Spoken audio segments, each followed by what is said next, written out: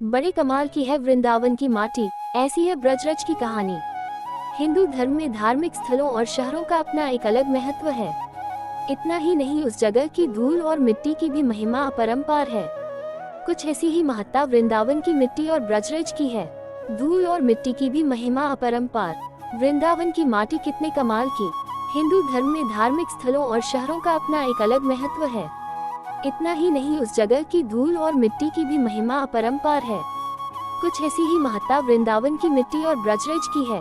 अगर आप इस कहानी को सुनेंगे तो आपको ये लगेगा कि वृंदावन की माटी कितने कमाल की है और ब्रजरज से प्रेम करने वाले लोगों को जीवन में क्या क्या मिलता है। शोभा नाम की औरत, जिसकी बहन वृंदावन में रहती थी, एक दिन वह उसको मिलने के लिए वृंदावन गई।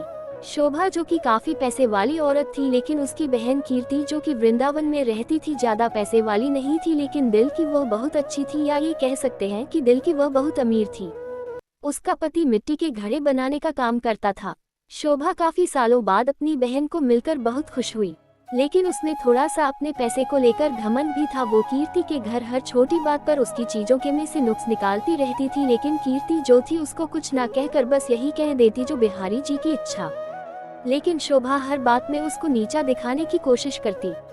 कीर्ति ने अपनी तरफ से अपनी बहन की आवभगत में कोई कमी ना छोड़ी। उसने अपनी बहन का पूरा ख्याल रखा। उसने उसको वृंदावन के सारे मंदिर के दर्शन करवाए और उनकी महिमा के बारे में बताया। शोभा ये दर्शन करके खुश तो हुई और उसने महिमा भी सुनी, लेकिन उसका इन चीजों में इतना ध्यान नहीं था। बस दर्शन करके वापस आ गई।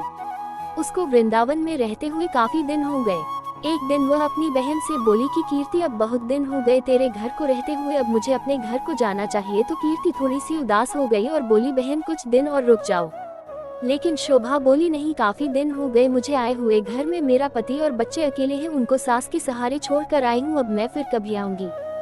जब शोभा वापस जाने लगी कि कीर्ति, जो कि शोभा की बड़ी बहन थी, तो उसने अपनी छोटी बहन को उपहार स्वरूप मिट्टी का घड़ा दिया।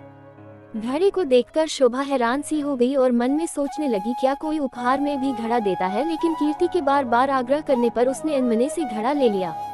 जब शोभा जाने लगी तो कीर्ति की आंखों में आंसू थे, लेकिन शोभा उससे नजरें चुराती हुई जल्दी जल्दी वहां से चली गई। सारे रास्ते शोभा यही सोचती रही कि मैं घर जाकर अपनी सास और पति को क्या बताऊंगी कि मेरी बड़ी बहन ने मुझे घड़ा उपहार के रूप में दिया है। तो उसको इस बात से बहुत लज्जा आ रही थी। तो उसने सोचा कि मैं घर में जाकर झूठ बोल दूंगी कि घड़ा मैं खरीद कर लाई हूँ, मुझे तो मेरी बहन ने काफी कुछ दिया है। इसी तरह सोचती सोचती मैं घर पहुंची और उसने घर जाकर घड़ा अपनी रसोई के ऊपर रख दिया। उसको मन में बहुत ही गुस्सा आ रहा था कि मेरी बहन क्या इस लायक भी नहीं थी छोटी बहन को कुछ पैसे उपहार में दे सके। एक घड़ा सा पकड़ा दिया है। अब उसको अपने घर आए काफी दिन हो गए। गर्मियों के दिन थे, तभी उसके गांव में पानी की बहुत दिक्कत आने लगी। कुएं में नदियों में पानी सूख गया। उसके गांव के लोग दूर दूर से पानी भर कर लाते थे। पैसे होने के बावजूद भी शोभा को पानी के लिए बहुत दिक्कत हो रही थी। एक दिन शोभा बहुत दूर जाकर उनसे पानी भर रही थी। वहां पर और भी औरतें पानी भरने के लिए आई हुई थी, तो जल्दी पानी भरने की होड़ में धक्का मुक्की में शोभा का घड़ा टूट गया। शोभा दूसरी औरतों पर चिल्लाने लगी, यह आपने क्या किया, बड़ी मुश्किल से तो मैंने पानी भरा था, आप लोगों ने धक्का मुक्की करके मेरा घड़ा तोड़ दिया है।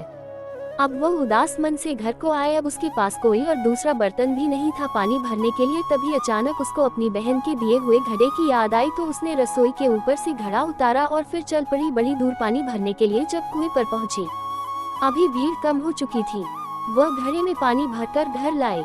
तभी उसका पति खेतों से वापस आया। गर्मी अधिक होने के कारण वह गर्मी से बेहाल हो रहा था और आकर कहता, शोभा क्या घर में पानी है, क्या एक गिलास पानी मिलेगा। तो शोभा ने कहा, हाँ मैं अभी भर कर लाई हूँ।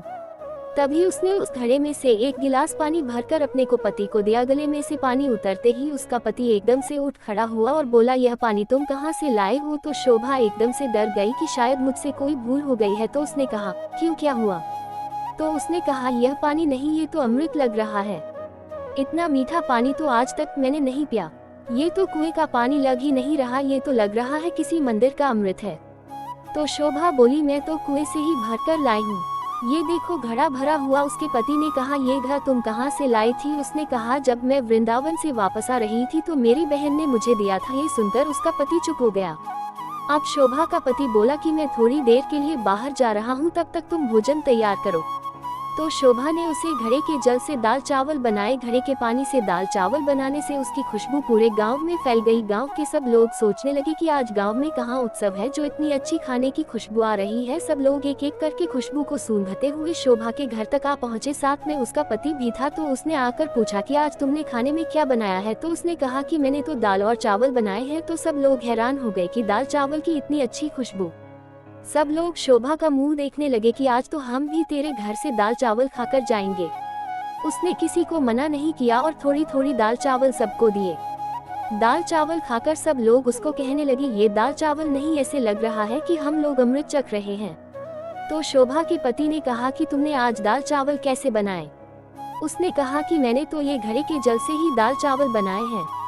शोभा का पति बोला, तेरी बहन ने तो बहुत अच्छा उपहार दिया है। अगले दिन जब शोभा घड़ा भरने के लिए जाने लगी तो उसने देखा घड़ा तो पहले से ही भरा हुआ है। उसका जल वैसे का वैसा है जितना वो कल लाई थी। उसने उसमें से खाना भी बनाया था, जल भी पिया था, लेकिन घड़ा फिर भरा का भरा था। शोभा एकदम से हैरान हो गई, यह कैसे हो गया। तभी अचानक से उसी दिन उसकी बहन कीर्ति थी, उसको मिलने के लिए उसके घर आई। तो शोभा अपनी बहन को देखकर बहुत खुश हुई, उसको गले मिली और उसको पानी पिलाया। तो उसने अपनी बहन को कहा कि दीदी, यह जो तूने मुझे घड़ा दिया था ये तो बहुत ही चमत्कारी घड़ा है। मैंने तो तुच्छ समझकर रसोई के ऊपर रख दिया था, लेकिन कल से जब से यह में इसमें जल भरा हुआ है तब से जल से भरा हुआ है। इसका जल इतना मीठा है और इसके जल से मैंने दाल और चावल बनाए जो कि अमृत के समान बने थे। उसकी बहन बोली, अरे ओ मेरी भोली बहन, क्या तू नहीं जानती कि यह घड़ा ब्रज की रज यानी वृंदावन की माटी से बना है, जिस पर साक्षात किशोरी जी और ठाकुर जी नंगे पांव चलते हैं। उसी रज से यह घड़ा बना है। ये घड़ा नहीं, साक्षात किशोरी जी और ठाकुर जी के चरण तुम्हारे घर पड़े हैं। किशोरी जी और ठाकुर जी का ही स्वरूप तुम्हारे घर आया है। ये सुनकर उसकी बहन अपने आप को कोसती हुई और शर्मिंदा होती हुई अपनी बहन के कदमों में गिर पड़ी और बोली, मुझे क्षमा कर दो जो मैं वृंदावन की रज माटी की महिमा को न जान सकी। जिसकी माटी में इतनी शक्ति है तो उस बाके बिहारी और लाडली जू में कितनी शक्ति होगी। मैं अज्ञानी मूर्ख न जान सकी। मुझे ब्रज की रज की महिमा और उसकी महत्वता का नहीं पता था। मुझे क्षमा कर दो। तो उसकी बहन उसको उठाकर गले लगाती हुई बोली कि बहन, किशोरी जी और ठाकुर जी बहुत ही करुणा अवतार है। तुम्हारे ऊपर उनकी कृपा थी जो इस घड़े के रूप में, इस रज के रूप में तुम्हारे घर पधारे। शोभा बोली, बहन तुम्हारे ही कारण मैं धन्य हो उठी हूँ, तुम्हारा लाख लाख धन्यवाद। ये कहकर दोनों बहनें आंखों में आंसू भरकर एक दूसरे के गले लगकर रोने लगी।